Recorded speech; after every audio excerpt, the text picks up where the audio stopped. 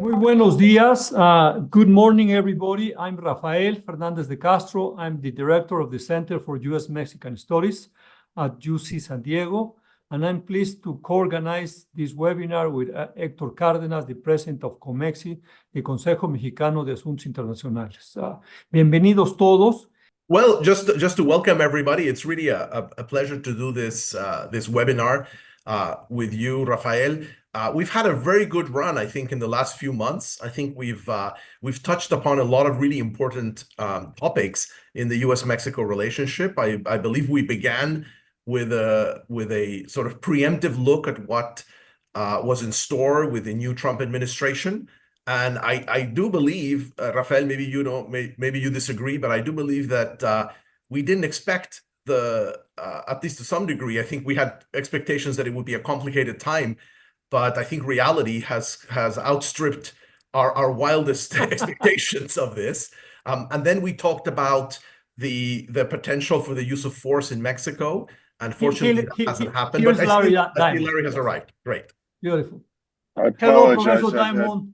one technical difficulty after another. It's been frustrating, but anyway, here I am. These are digital times. Welcome on behalf of the Center for U.S.-Mexican Studies at UC San Diego. Welcome from COMEXI. We're very happy to have you here, Professor Diamond. And let me give the floor to Héctor Cárdenas to formally introduce you.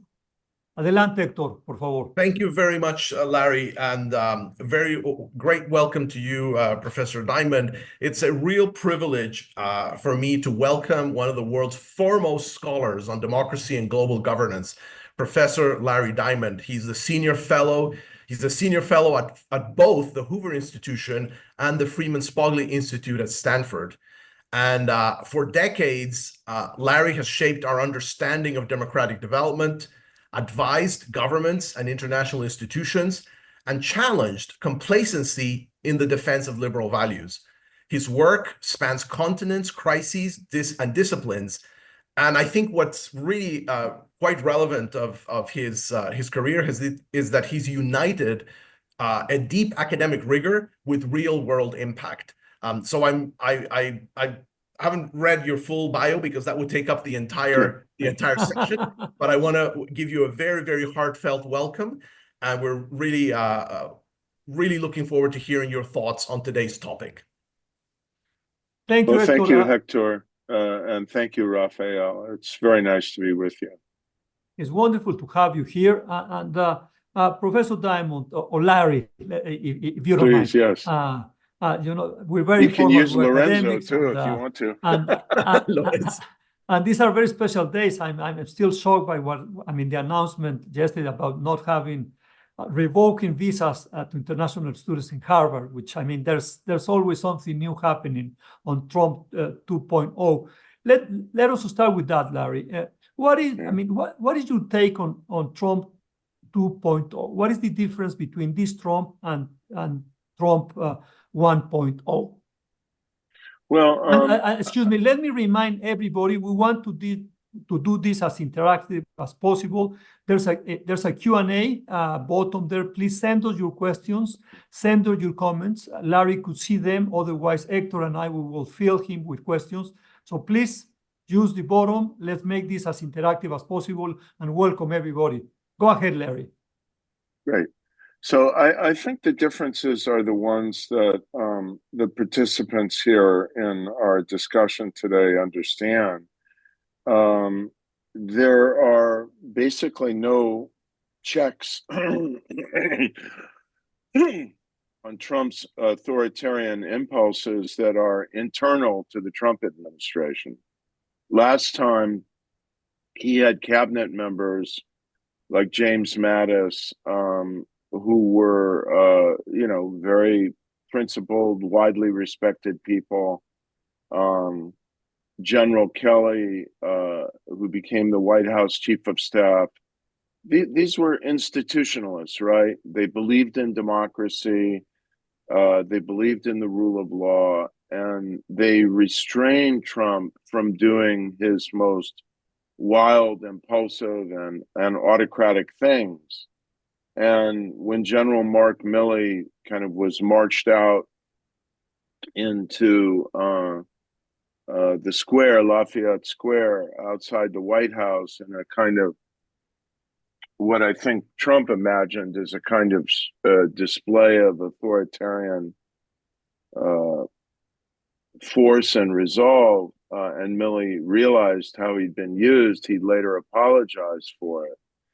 And you had a national economic advisor, and Gary Cohn, who later said he would remove executive orders from Trump's desk physically, take them away before Trump saw them, so he wouldn't do dangerous things. None of that is there this time. And Trump himself, I'd say, is number one, it's a kind of purified form of Trump's authoritarian personality and intent. And it's been accentuated by an extreme level of grievance for having been, denied the right to serve a second term consecutively, even though he lost the election. He failed in his bid to undemocratically overturn the election. He's very bitter about that. And he's bitter about having been prosecuted. He sees enemies in every direction. He's a paranoid and narcissistic personality, and he's now unleashed with essentially no internal constraints. So that's the first thing that's different.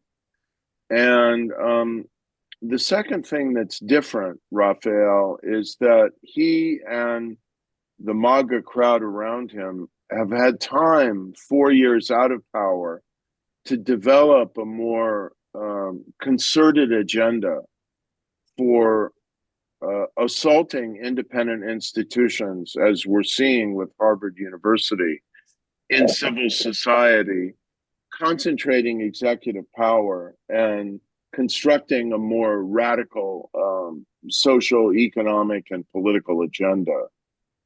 And the country is at least as polarized as it was then, and he's got his kind of 40% support base behind him. And the Republicans in the Congress, you can see by the vote in the House of Representatives yesterday, are very fearful of opposing him because they fear being primaried and they're getting death threats. Thank you very much, Larry. Yes, Héctor, go ahead.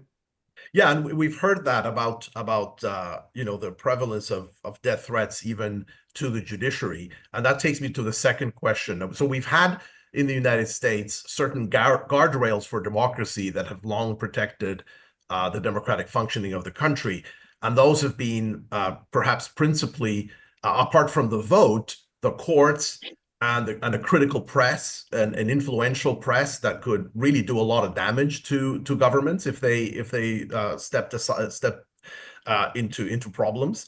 Where are those guardrails today? Is that how are they functioning right now in limiting or checking the administration's more outlandish actions? So let me kind of layer it, if you'll allow me to. I mentioned the guardrails that existed in the first Trump administration that came from people he had appointed in his administration who had better judgment and more ethical standards and more appreciation for democracy and its constraints. There generally aren't people like that in the second term, but there are still in the American system, the U.S. system, guardrails internal to the executive branch. And one of the things that they were resolved to do from the moment they took office was dismantle those. And a very important step, which happened in the very first few days, was to fire most of the inspectors general of the different cabinet departments and government agencies. Because these are out of public view, I think a lot of people aren't even aware of their existence and don't appreciate what an important guardrail they are, both for abuse of power in terms of victimization of opposition, but also just in terms of restraining corruption. And of course, what we have now is an orgy of corruption in this administration because there are no internal guardrails. So then and then the other internal guardrail is a professional civil service that just says, no, we're sorry, we can't do this. That's the law. And he, of course, has been politicizing the civil service and firing large numbers of civil servants. And relevant to our conversation about democracy, this is extremely damaging to our state capacity in many realms like public health, the environment, and the ability to combat the next pandemic, God forbid, if it should occur. But it's also important in the Justice Department. And now large numbers of people, career civil servants, career lawyers in our Justice Department are either being fired or resigning, including virtually the entire staff of the Civil Rights Division. So what are the guardrails outside the executive branch? I think that's where we are now. The most important one is the judiciary. And, I'm just getting an item here on my iPhone that a judge has blocked the Trump administration's move to punish Harvard by denying or revoking all of the international visas for its students. So I presume that the judge issued a temporary restraining order, which can last for about 2 weeks. And then I think there'll probably be an injunction following that. This is what a constitutional law professor at Stanford predicted to me last night would happen. And it's reflective of one of the most important things I can say in our conversation here, which is at a general level, the courts are one of the most important arenas for defending democracy and constraining or abusing authoritarian projects. And in this Trump 2.0, they've literally been the single most important lever of constraint and of defense of the guardrails. There have been hundreds of court cases filed against Trump, dozens of injunctions and temporary restraining orders. Much of what he's done has either been temporarily or permanently reversed. And while there is some question as to what he would do if a Supreme Court ruling is finally, definitely, and irreversibly against him, we haven't crossed that threshold yet. And I don't think he will openly defy a Supreme Court order that is final and unambiguous, because I think that would have severe implications for his Republican support in Congress, and most of all for the business community. So let me just conclude by saying the following. The other guardrails are civil society and their mobilization and action, the general public and its ability to mount protests. The level of protests have been rising dramatically all over the country, by the way, not just in, quote, blue states, democratic states, but in many Republican states as well. And one of the most effective constraints on his arbitrary and vengeful and authoritarian intent maybe, and so far we've seen some glimmers of this, the markets, that when he does things that are extremely impulsive and damaging to the economy and our, domestic and international levels of investor confidence, it causes volatility in the stock market and even more worrisomely in the bond market that gives even Trump pause. So those are many, not all, of the potential guardrails. Thank you, Larry. There's a lot of questions, Héctor, if you want to read some of those. And Larry, I have a question to you. You talk about the courts. What is your take on the Supreme Court? This is, everybody thinks now is very politicized. Would you say that the Supreme Court will stop Trump at some point? How you see the court, the High Court? Well, of course, it is politicized. That's our system. I would rather have a Supreme Court that is politicized through the process of presidential appointments and Senate confirmation than having a Supreme Court that's politicized by having them be elected by the people. We have too many elections in the United States for judges already. I don't think any judge anywhere in a democracy should ever be elected.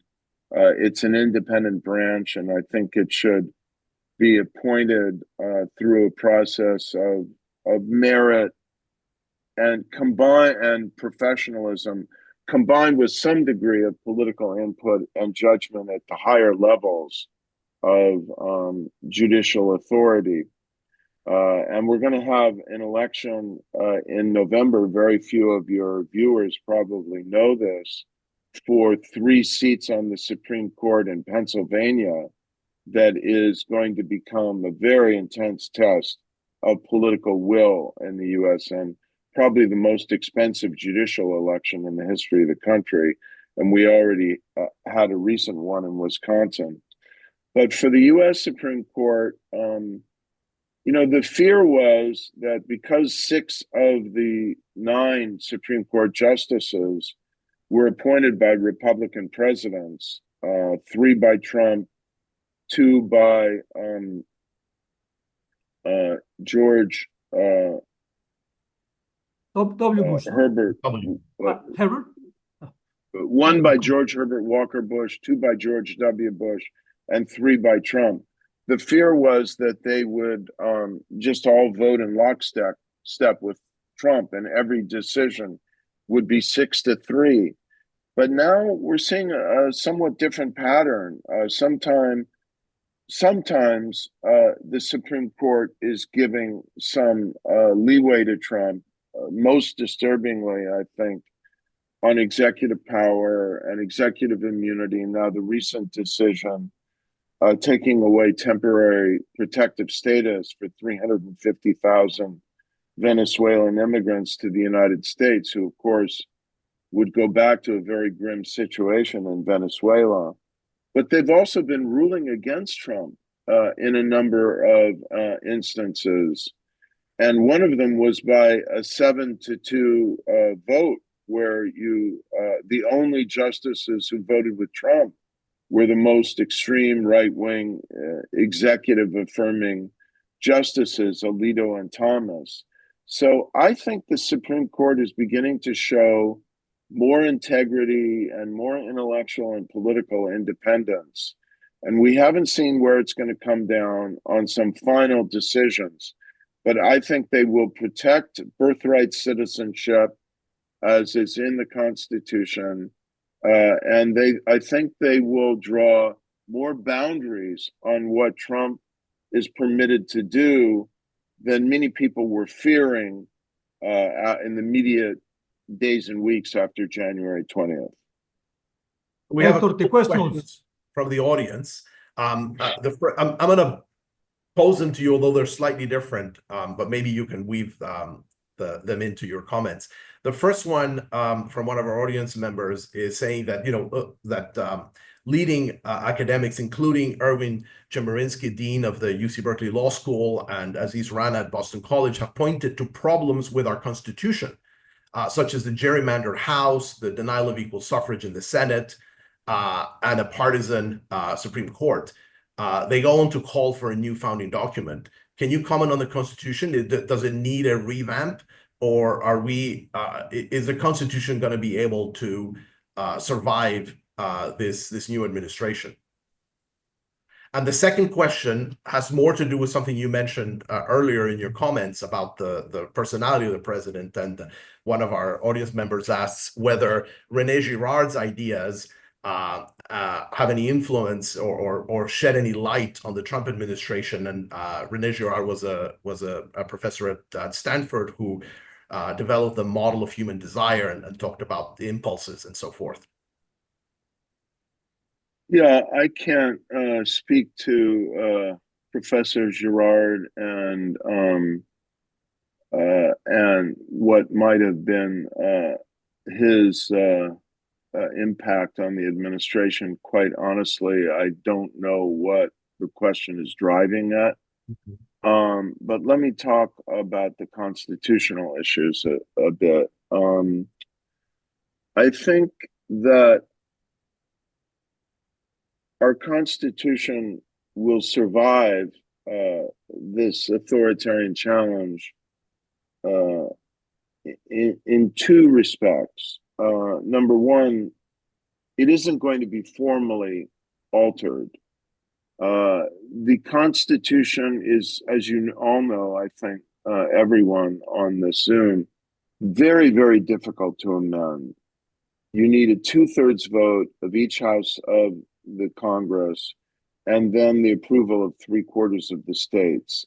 There is literally zero chance that any amendment that Donald Trump might want to aggrandize his power, including a third term for presidents, could be passed. Unfortunately, that also means there's zero chance that we can amend the Constitution to improve American democracy, in some of the ways many of us would like to do. And three of those ways would be to eliminate gerrymandering, eliminate the Electoral College, and institute the national popular vote, and make for a more maybe democratic allocation of power with respect to the Senate. We're just not going to be able to fix these kinds of structural problems in American democracy.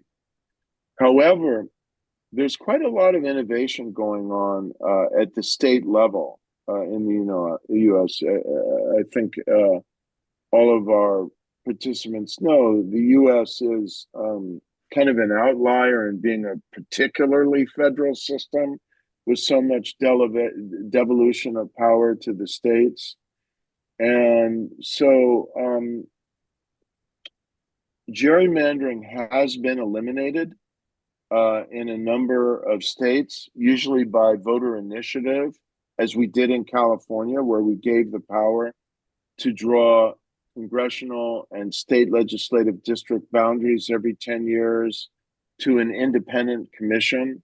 And so we've made some improvements there. We've made some improvements in the electoral system in the states by introducing preferential voting in a few states and in many different cities. And so I think the laboratory for constitutional improvement, where possible, is going to be at the state level. Let me ask one more question from the audience. The question is, political parties were really important as guardrails for democracy in the past. Now we see a GOP that's lost on MAGA ideology. Do you think GOP non-MAGA people will be able to recover the party? Is that something we could be banking on, or is that just not going to happen? Well, never implies a very long time trajectory. So I'm reluctant to use the word never. The question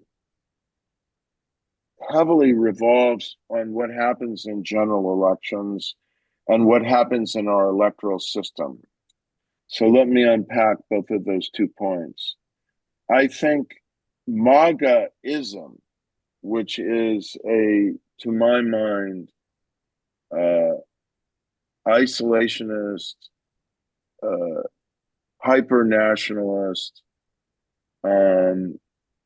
anti-pluralist, deeply illiberal, and depending on which piece of the MAGA movement you interrogate, kind of authoritarian leaning philosophy and movement, certainly very extreme in many respects, but heavily organized around, illiberal personalities like Trump himself. It will only lose its grip on the Republican Party if the Republican Party loses its grip on American politics, because people don't like losers. Trump himself doesn't like losers, which is why he hates being one. So if MAGA starts being regularly defeated in future contests for the Congress or the White House, the Republican Party will go back to a different personality, because it will be the only way for them to gain power. And the parallel here is what happened to the Democratic Party after, a much more progressive wing of the party won control in 1972, and McGovern only won one of 50 states, Massachusetts, and then a Southern moderate, Jimmy Carter, came back in and won in 1976. And then the party the progressive wing became preeminent again. And then the Democrats got tired of losing and they turned to another Southern moderate, Bill Clinton, and they regained power in 1992. So national elections have a way in the United States and our two-party system of disciplining the political parties if they diverge too much from the median voter, the national center of gravity in the United States.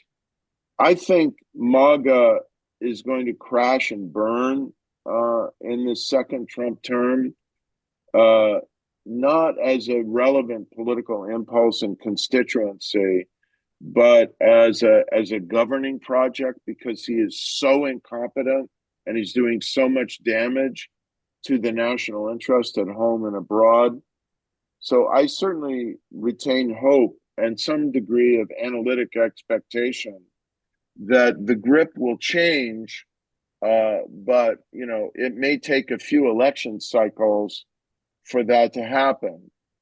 And then the other thing I would say is that if that is to happen, the Democrats will need to come up with a compelling alternative that speaks to some of the economic anxieties and frustrations and resentments that are driving people to MAGA-ism. And when I say driving people, I mean driving what had long been thought to be the natural constituency of the Democratic Party, which is the working class.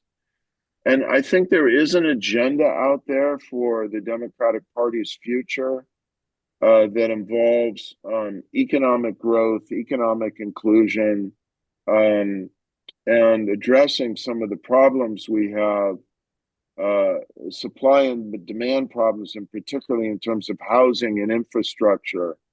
To my mind, the best expression of it is in a new book by Ezra Klein and Derek Thompson called Abundance. And I think this book will heavily influence the platform of whoever turns out to be the next Democratic candidate for president. Thank you, Larry. Larry, you have studied the role of the military in Latin America. What about the U.S. military? Will they defend the Constitution? at a point you think that they will respect the Constitution and or they will follow orders from the Supreme Commander, which is the President? Well, I've had a fair amount of interaction with military officers at senior levels over the last 30 years or so,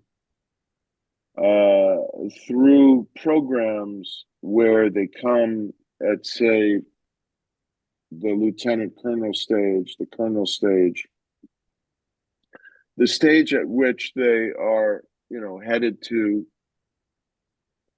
possibly the most senior ranks. And some of the people who I've interacted with in our fellowship programs at Stanford University and the Hoover Institution have gone on to the senior ranks. One of them is now with us as a senior fellow at Hoover, H.R. McMaster, but he was part of this fellowship program, 1 year of leave to come and think and write and so on. Another was General Abizaid, who went on to become the commander of the Central Command in the Middle East. And then, of course, retired military officers. These give us some sense, and then you interact at conferences and at some of the centers where they're being educated and trained. I have a lot of respect for our officer corps and the training they go through at our military academies and related programs in the National War College and so on. And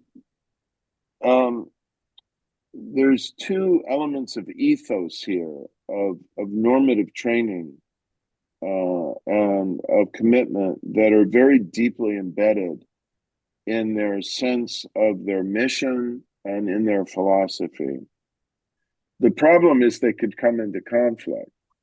And one is a commitment to the Constitution and to our democratic system of government.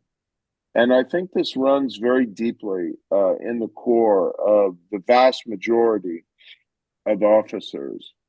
And the second is their commitment to civilian control of the military. And the irony comes in, what if those two conflict and the civilian control is asking the military leadership to do undemocratic things? I've talked to many people who think that most of our senior officers will refuse to obey a blatantly undemocratic order. Moreover, if Trump issues a blatantly undemocratic order, I think it'll be immediately contested in the courts. The one thing I can say with the greatest confidence is that I don't think our military leadership will comply with a presidential order that the courts have ruled to be unconstitutional or illegal. Then the question comes, what will they do if the president says do X or Y and there's no other instruction? And that gets a little more dicey. And then the two other elements of concern people have on the military front are, well, what happens if he just keeps identifying the 10%, the 5% of the officer corps, who are so far in sympathy with his objectives that they're willing to suspend their normative orientation, and training to uphold the Constitution. So here's what we know from so many experiences around the world with democratic backsliding and authoritarian progression. The longer these people are in power, the more they distort the institutions and norms in ways that weaken the guardrails. And so getting him out of power and weakening his power, showing that he doesn't have majority support, is, to my mind, very important to defeating this project, and the sooner the better. Let me ask a question from the audience. I'm going to try and summarize a few questions that go in the same direction. Okay. I think it goes to what you were mentioning right now. So part of these questions have to do with Elon Musk's role in this, and then also the use of technology and AI to reinforce what seems like an authoritarian project. And the basic question is, well, how much are we still just started here in terms of not just the cuts in government, but also personnel issues and trying to identify and pressure people using the vast amounts of information that Musk's team has amassed, and also the use of AI and other technology tools. Is that a compelling risk? Do you see that as something that we have to be worried about? It's an extremely perceptive question. So Doge is continuing its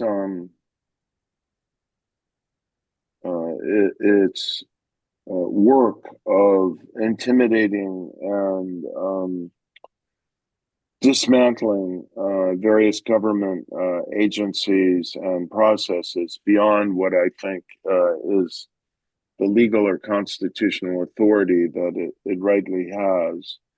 And as your participant noted, one of the most troubling aspects of this, with their technical prowess, is that once they get into a government system and into the computers, they are potentially able, and it is believed that they have in fact been downloading all of the data of these government servers into their own private servers of the, let's say, Musk operation. There's been shockingly little reporting or investigation of this. We have no way of knowing what they have done so far, what they have captured. They were trying, we know from reports, to get at all the Social Security data, including the individual files of, probably over 100 million Americans. And I think they were stopped from doing that, but their ambition remains. And this is shocking. It's undemocratic, and it's authoritarian in a different way than we've been thinking about the problem. So we've been thinking about the problem of a president run amok in his power. But let's say he's constrained, kind of nasty, frustrated, and he keeps challenging the situation. But the checks and balances hold and reassert themselves. He loses the House in 2026, which I think is likely. The MAGA movement, lose the presidency in 2028, which I'd say there's at least a 50% chance of. And then what's left, and what could be left, is shocking amounts of information of American citizens and public information of the American government about contracts and the way our government functions under the private control of the richest man in the history of the world. That doesn't bother people who believe in democracy, equality, and rule of law. Don't understand the world we live in the era of artificial intelligence and data-driven governance and power. So, how do we determine what he has? A judge ruled early on that Doge had to stop downloading this information and had to destroy the information that they had. How do we possibly know if Musk has purged from his databases the information that they were vacuuming up in the early days of their penetration of the government's computers. I am very, very deeply worried about this problem. Larry, you talk about, lessons from the world, from other authoritarian governments. What are the lessons to stop these authoritarian projects from the world? What it could happen in the US that will stop what we're seeing right now? Well, thank you, Rafael. I think it's the most important question that can be asked in this type of conversation. And I'll just kind of go in bullet point format.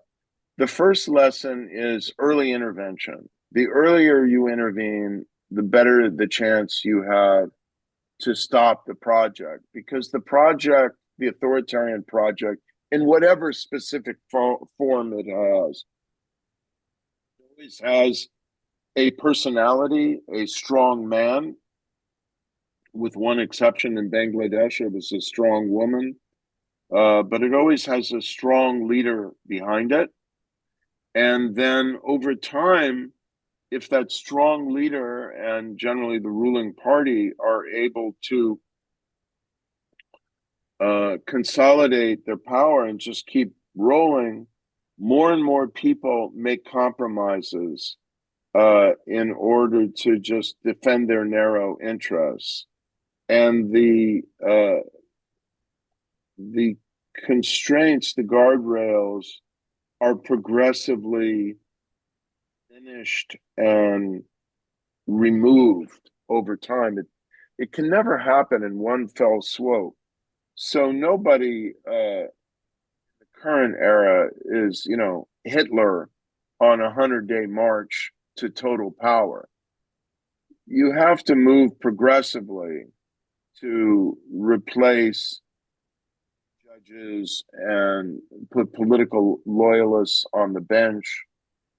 You move in some kind of incremental fashion. It could be slow, it could be more rapid, to fire the civil service and restock it with your loyalists.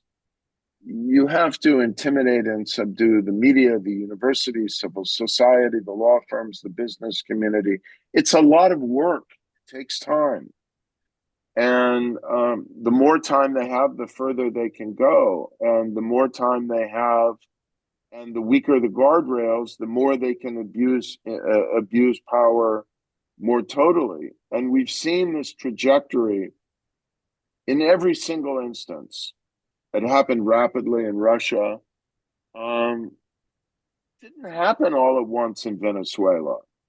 For a number of years, there were democratic elements coexisting with Hugo Chavez's very clear ambition to become a dictator, in my view. But there were elements of resistance in the system. And over time, he was able to subdue those. He couldn't do it all at once. And then, of course, there was the military coup attempt, and he felt emboldened to do more extreme things because, they tried to overthrow him by unconstitutional means.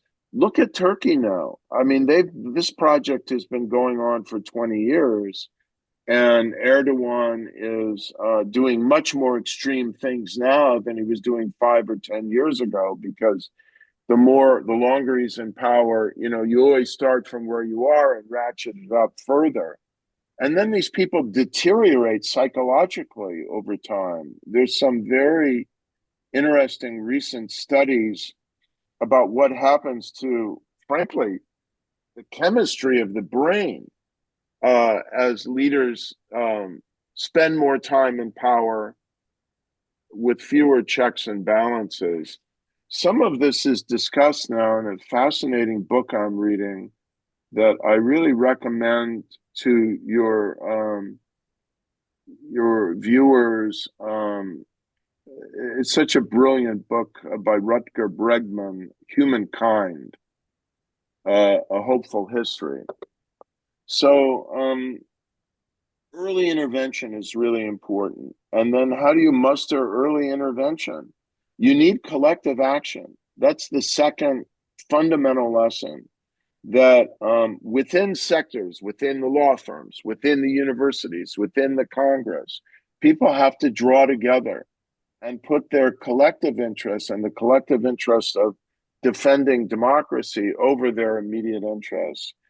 And you have to give Harvard University a lot of credit for having the courage to stand up to the withering power of the federal government.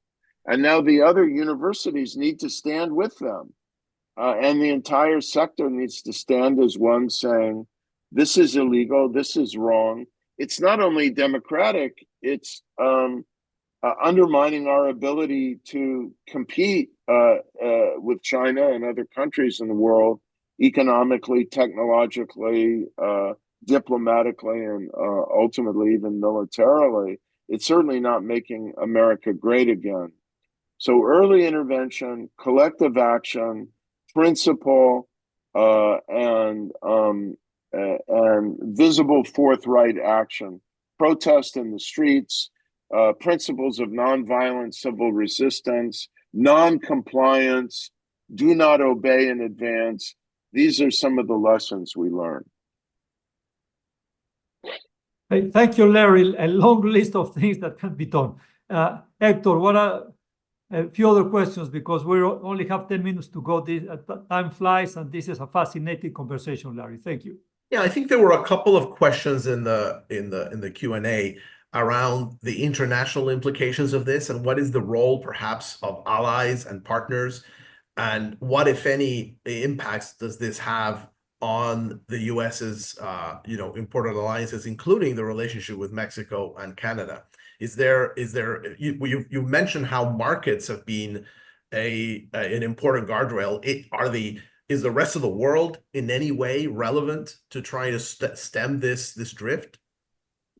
I believe this is really about the American borders, but I don't know, Héctor. I'm seeing the questions as well, but I don't know what you think, Larry. I don't know. What's your point of view, Larry? Well,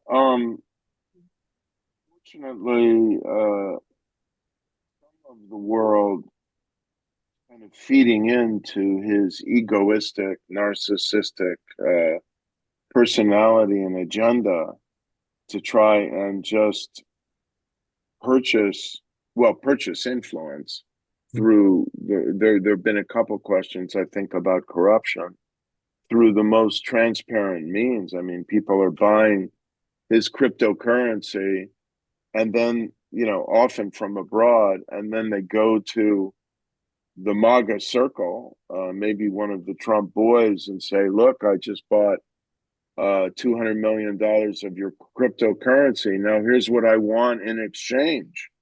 And so there's, I think, open, profoundly corrupt transactions that are probably happening now. And you see what transpired when he visited the Gulf. And, why did he go to the Gulf countries as his first foreign trip? Saudi Arabia, UAE, and Qatar, because that's where the money is. And not so much for America, but for himself. So this is, it's very deeply troubling. The aspect of this that I most worry about is that this is happening at a time when a neo-totalitarian state that has emerged as a second superpower, China, is bidding for global leadership. And, we're dismantling instruments of global influence and global alliances, U.S. Agency for International Development, the Voice of America, the Millennium Challenge account. He's trying to kill the National Endowment for Democracy. He's pissing all over our allies right and left, and our neighbors, Mexico and Canada. And people come to me and say, is this what the American people want? And is this your permanent future? And I say no, but it's the reality. And so at some point, people start adjusting to a new reality. And my greatest fear is that China is just going to overtake the United States in these next 3.5 years, and that's going to be very difficult to reverse. So we have to do everything we can to get people to bet on the future before the global situation becomes very difficult to reverse in terms of the power balance. Now, the positive news I want to say is that the level of public opinion and aspirations, what China is selling, people don't want to buy. That is authoritarianism and digital authoritarianism. They want China's wealth. They want China's investment. They don't want its political system. And you saw that, surprisingly, the Romanian Democratic candidate for president won the presidency. We thought that the Putin right-wing candidate was going to win. And I think we've seen some pushback in Latin America as well. Well, we'll see if the Bolsonaro movement comes back in Brazil. But his defeat, I think, was a very significant event. And I think we're seeing elsewhere in a number of countries that people are not voting for authoritarian options. The power element is the one we have to worry about. And perhaps one more question is, assuming that the electoral system in the US works and that people in the midterm election and then later on in the general election do vote for democracy and against this project, how quickly do you think the US will be able to repair the damage that has been done? So how much Trump could really affect the US political system, and how much how detrimental his legacy will be, Larry? And with that, I believe we have to end. So we don't obviously can't right now know the answer to that, because we don't know how far he's going to go and how much damage he's going to do. So will only be revealed over time. I will say the following. I think it is going to take a decade to rebuild the civil service and the State Department and the structures of the State Department, because we're going to have to recruit a whole new generation of people in the Justice Department, the State Department, the Environmental Protection Agency. It's certainly, maybe I can put it in this way, it will not happen in a single next presidential 4-year term. The job will be too big. And then the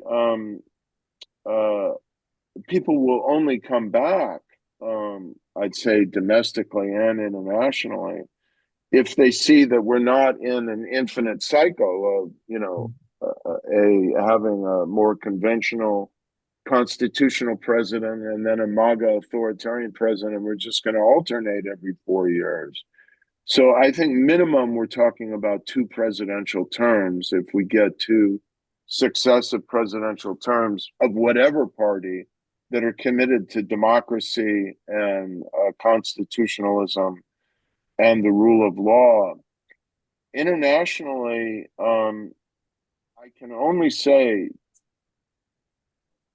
our democratic allies, friends, partners need to hang on and have some degree of faith, because if they start cutting bargains strategically with China out of despair and anger with the direction Trump is moving in, they will contribute to creating a world of authoritarian domination that could be extremely difficult to reverse.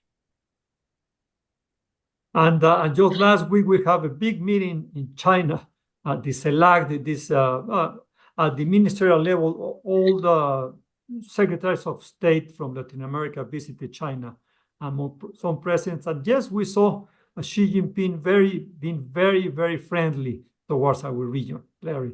I believe what you just said is very important. I believe we're entering in a bipolar world.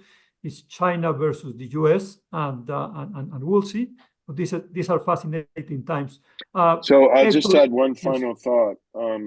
Number one, I don't mind friendship, just avoid submission.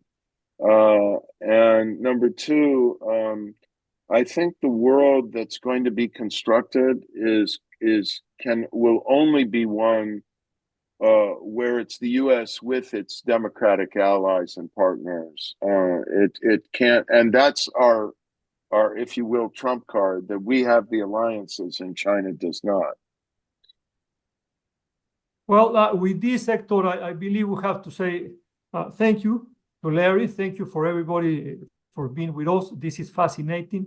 Thank you, Professor Diamond. Okay. This is very important for us, and to have you. Héctor, one last word to thank Larry. Well, just that this is such an important topic, and we're just going to have to see where it leads. But I do think that, as you mentioned, Larry, there's an important role for society not to bend to the will of autocrats, and to make sure that we defend our rights and our principles. Thank you very Sounds much good. to everybody. Let's Muchas do gracias that. a todos. Nos vemos Okay, pronto. gracias. Thank you, Larry.